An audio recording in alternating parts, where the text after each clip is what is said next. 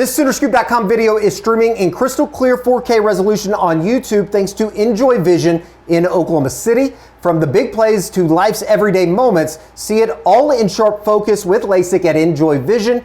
Enjoy Vision. This is where Sooner Scoop LASIK. Hello and welcome back. Eddie Radosovich, George Stoya here. Happy Monday to you.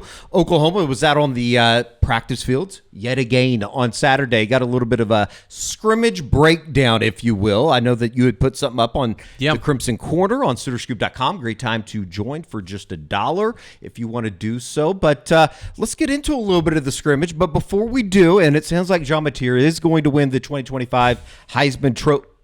What are you laughing about?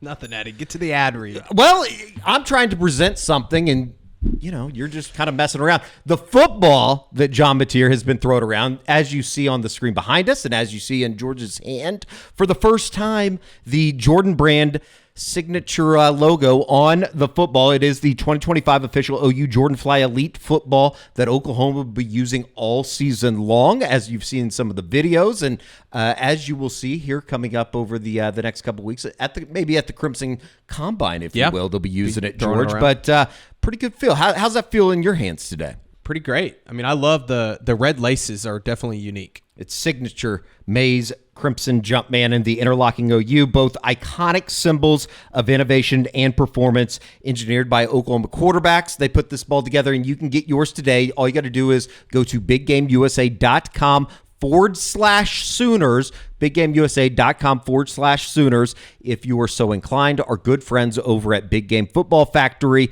providing you the 2025 official OU Jordan Fly Elite football. Special thank you to them. And it sounds like Jean Mateer was doing some pretty damn good throwing of the football over the weekend. Let's just start here. Oklahoma had a scrimmage, their second, I guess, major scrimmage, if you will. I guess you can put quotes around it, but pretty good offensive day is what it sounds like coming out of Saturday.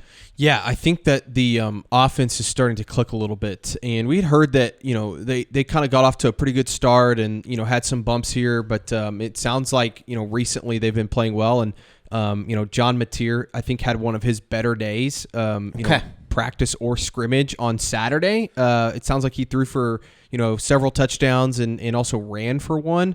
And some of the names, Eddie, that continue to come up. Yeah, give us some of these wide receiver names, because obviously there's going to be a lot of attention placed on the wide receiver position going into the season. When you have somebody like a Jean Mateer that has done it before, he needs a little bit of help from his friends, and it sounds like there are some guys that we continually are hearing their names when talking about pass catchers. Yeah, look, the two that have been consistent the most, Isaiah Satania and Giovanni Gibson. We heard a lot about Giovanni early in camp. Now it sounds like Isaiah Satania has really emerged as a guy, so I think both transfer receivers are going to play a lot. Wouldn't shock me at all if both those guys end up starting in some fashion. But some of the other names that have come up, Elijah Thomas, the true freshman. Ooh, we like that. He has been a playmaker and getting some run with the first team. And then the one that I think fans will like to hear is Deion Burks. Deion Burks finally healthy. Sounds like he was a full participant in the scrimmage. He caught a touchdown pass from Jean Mateer, and what I understand is they're looking for ways to get him the ball in different ways and in space and things like that. I think you're also going to see him and Satania, who both have been playing kind of the slot most of their careers. Don't be surprised if they get both those guys on the field at the same time in some capacity. Ben Arbuckle, obviously very creative when it comes to that stuff. But in terms of receiver, those are kind of the four names: Isaiah Satania, Giovanni Gibson, Elijah Thomas, and Deion Burks that really stuck out in the scrimmage. I think as the spring moves on and as we get into the, quote-unquote summer, the build-up before the start of the season, there is going to be a lot talked about in terms of Ben Arbuckle and when he was brought in and what you saw him do over the last couple of years in Pullman and getting guys in space. And you would think that an Isaiah Satania, as well as a Deion Burks, who you saw glimpses of a year ago before the injury bug hit, they're both going to have great opportunity within this offense. Yeah, whether it's, throwing the ball down the field, which it sounds like they are definitely pushing the ball over the middle of the field, which is something that we didn't see a whole lot of a year ago. Sure. And it's different than what Oklahoma's been running, the spread versus the air raid. So I think some of those passing concepts are really going to benefit them, but also doing some different things where you're bringing a guy in motion. Maybe you're handing him the ball or you're tossing it to him behind the backfield and things like that. that I think you can see with dynamic players like Satania and Burks. Arbuckle's definitely going to get creative, and you saw that last year at Washington State. He had several guys that they would do that with. There was a fifth pass catcher that we wanted to highlight coming out of the scrimmage on Saturday, and that is none other than 6'6", 262 tight end,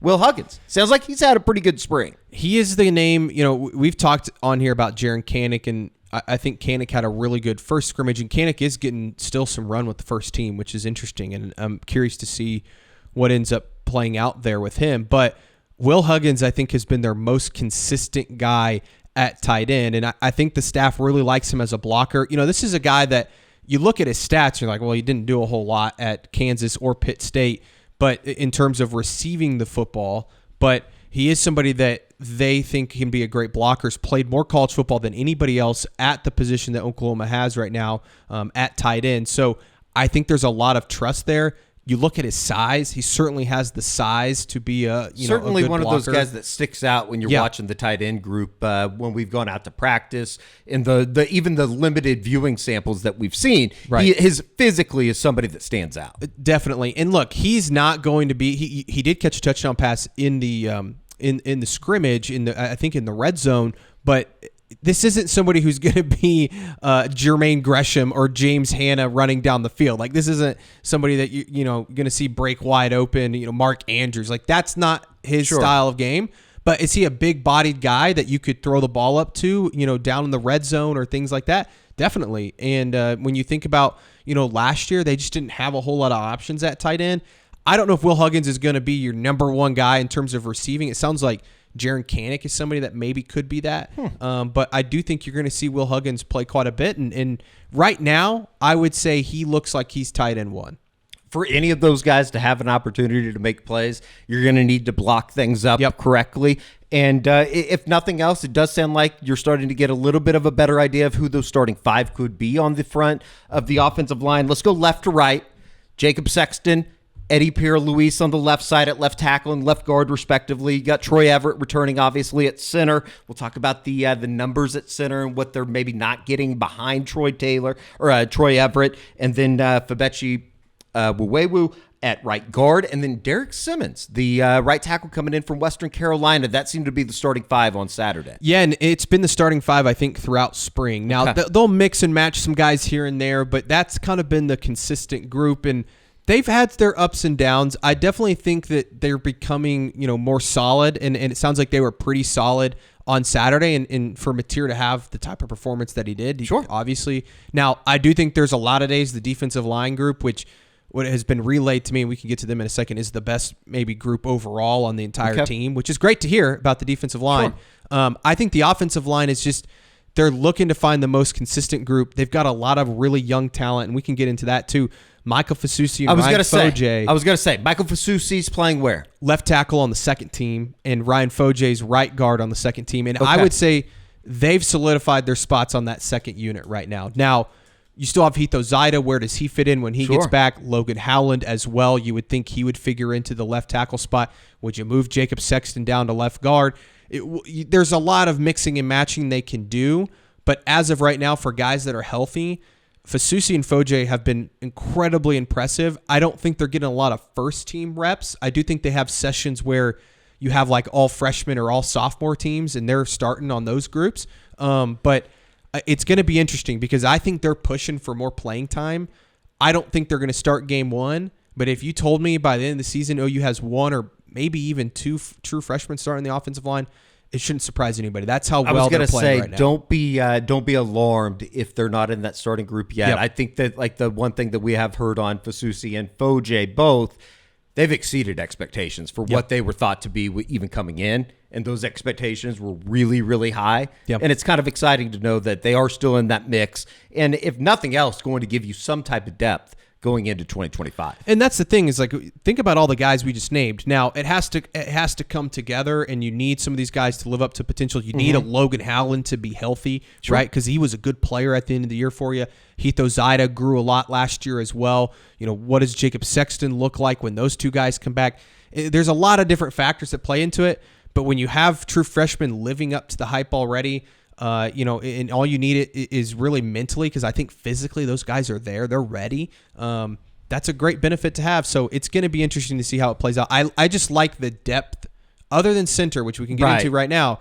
I like the depth across the board of this offensive line more than I did a year ago. We've talked about Troy Everett and kind of being the starter at center, but when you work behind him, Josh Iasosa, the second year center from Edmond Santa Fe, has kind of taken over that backup role. Yeah. There is still a belief, though, and tell me if I'm wrong in saying, come April 16th, when the transfer portal opens, that might be a position that you really identify as, okay, we need to go get another body. Definitely. They're looking for somebody that's maybe played the position, at least a little bit. I know Stanford's center, they kind of have a mass exodus right now. Mm-hmm. He just entered the portal. Maybe that's somebody that the OU would be interested in. We'll see. But right now, Oklahoma, Josh Iasosa, I think they like him. He's never played center before. And last year, obviously, it was a huge learning curve for him, Sure. and we saw the disaster that was center for the first half of the season before Troy Everett was back from injury. So they know they need to go out and probably get somebody if they can. Maybe it's a Troy Everett type of player where maybe it was a smaller school, has played a little bit, and you can still develop him. Maybe he's a 2 or 3 year player, something like that, because I think it is going to be hard to get somebody with a ton of experience, just because that person's going to want to start, and it's pretty clear Troy Everett's the starter at center.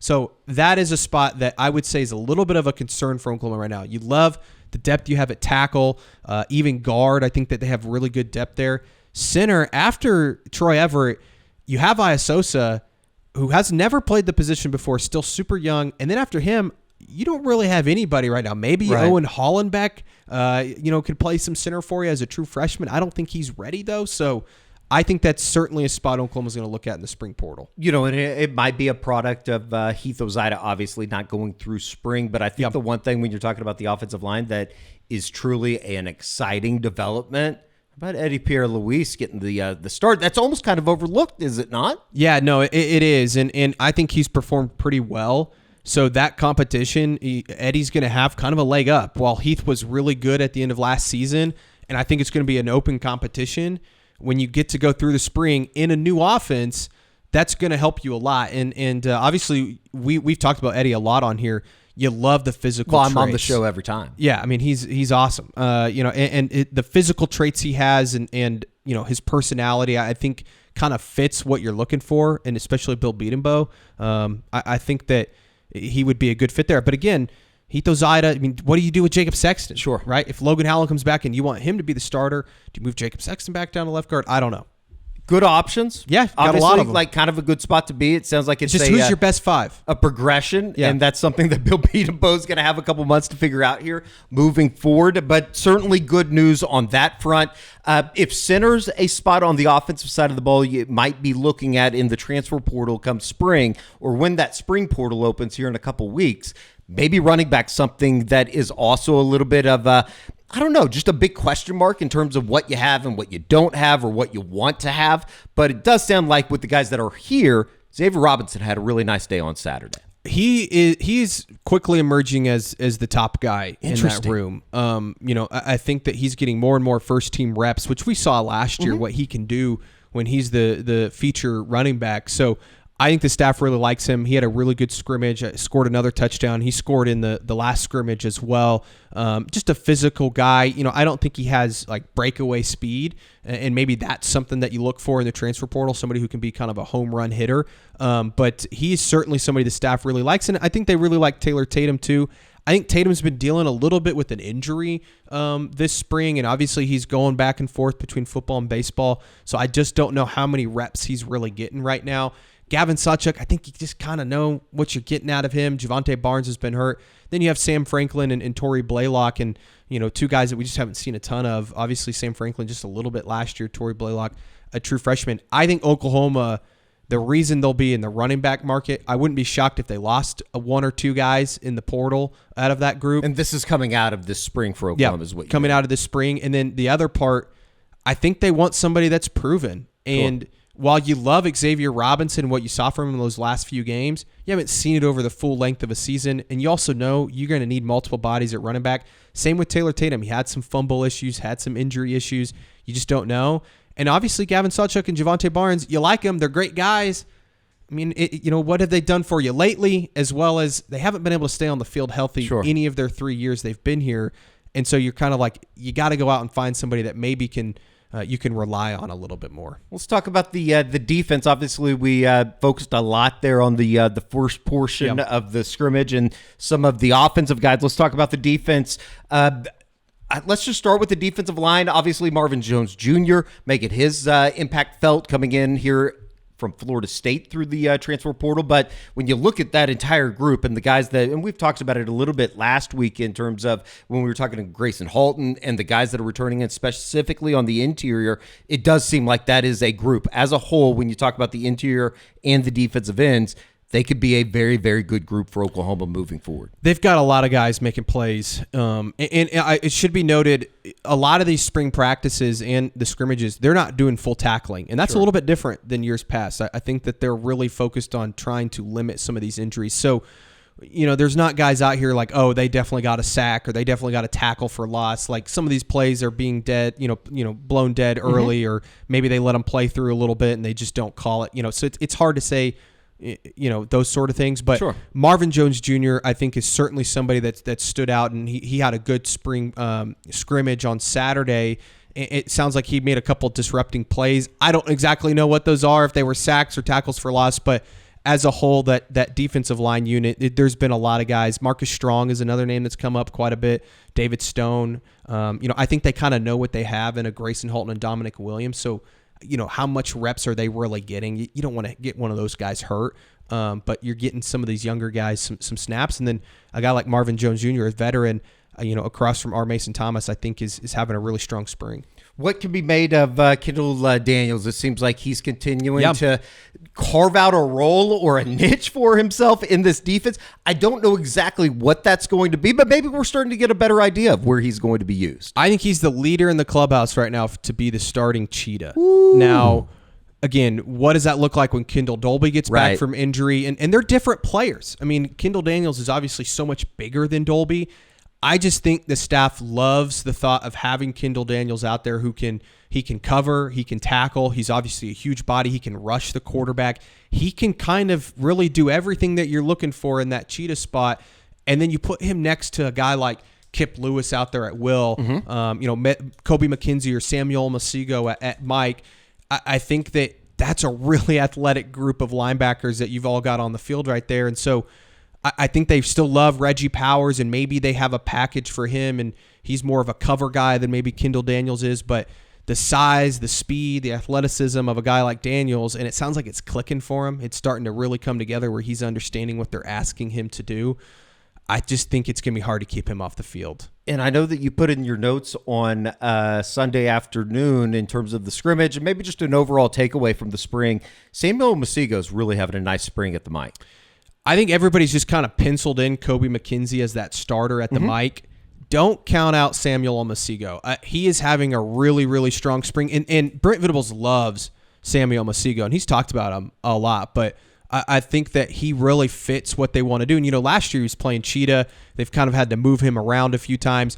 I think he's maybe found his home at Mike, and he's performed extremely well. I know Teddy Lehman was talking about when he went out to practice and saw him, he looked great. I think that Omosigo's really pushing for more playing time. He's been mostly running with the twos, but it sounds like he's getting some first-team reps now. I think that he's got a chance to be a special player, and they really like his potential there at Mike. We've talked about the cornerback position, and obviously Eli Bowen. He's been hurt, got hurt, turned his ankle, I think, in the first practice of spring. You have Gentry Williams that's been in and out as they kind of ease him back into the swing of things. If you were to say that there was one player that's really made a name for himself this spring, it's probably true freshman Cortland Guillory. Sounds like he had a really good scrimmage on Saturday. He's been great, and he's taken advantage of that opportunity with several guys being hurt at corner. I still don't think Gentry Williams is 100%, so they're kind of being cautious with him. That's allowed somebody like Cortland Guillory to get a lot more playing time with the twos and some with the ones, and he had an interception on Saturday during the scrimmage, I think against Jet New, the freshman quarterback. So not John Mateer. Nobody freak out. But he's won the Heisman. We already told him that. Exactly. But no, I think they love his athleticism, and we've seen it. We've talked a lot about him on the recruiting Looks report. great physically when we're out unbelievable. there at practice. Yeah, and so I think that he's somebody, again, is he going to be a starter for Oklahoma? Not to start the year, but if you told me he has an Eli Bowen type trajectory and maybe he ends up playing some this season for Oklahoma, I think you're going to see some rotating guys there. Don't be surprised, but at the same time, you love the potential. He's a true freshman. He hasn't played at this level yet. Sure. So you kind of got to wait and see, and that's why Oklahoma cornerback is going to be a priority as well in the spring portal. We'll and maybe most importantly, out of everything that we've talked about, and this was kind of the last bullet point that you put in the story on Sunday afternoon, coming out of the scrimmage on Saturday, no injuries, which has been, I think, and as you said, they have changed some things because they want to keep guys healthy going into the summer, then obviously into the start of fall camp. Yeah, I don't know all the ins and outs of Sure. it, but Brent's talked a little bit about it, and I know he talked about it with Josh. With who? With Josh Pate. To us about it. He talked about it on Josh Pate's show actually this week, but I think he did briefly say something at his spring press conference about just the injuries and trying to limit those this year. I think they're training a little bit differently, trying to be a little bit easier on some of the guys, and especially this spring. I don't think they're tackling fully to the ground, at least not most days. And so that has limited, you still have some, look, you're going to turn some ankles like Eli Bowen did, not serious. Same with Deion Burks. You're going to have some tweaks here and there. But from the most part, it's been smooth sailing so far on the injury front. You want to keep it that way. All right, very good. We will be back out at practice, I believe, on Tuesday this week. Yep. Is when we've Hopefully been talk to invited Brent. back. Maybe going to talk to Brent Venables as well as a number of other players, I'm sure, after practice on Tuesday night as Oklahoma kind of somewhat gets to the back end of spring, which is kind of hard to believe. 2 weeks left. And it's kind of weird, obviously, with the Crimson Combine coming up, no spring game. Hopefully start getting more details and what to expect or what even's going to be happening on that day with the Masters going on. So that's going to be kind of the big story around these parts, to this reporter at least. All right, very good. If you want to check out George's entire wrap-up of the spring scrimmage from this past weekend, you can get on SoonerScoop.com and read all about it. And we will be here on the SoonerScoop.com YouTube channel wrapping up everything else that comes out of Tuesday evening when we're back over at the practice field. Sound good, George? Yeah, sounds great. Seriously, sign up, $1, I think, right now to sign up, and you could have got all that information. And there's more in the notes too. You could have got that yesterday. So make sure you sign up, and I'm sure we'll have a lot more this week and next week. Very good. All right, for George, I'm Eddie. We'll see you back here on the SoonerScoop.com YouTube channel.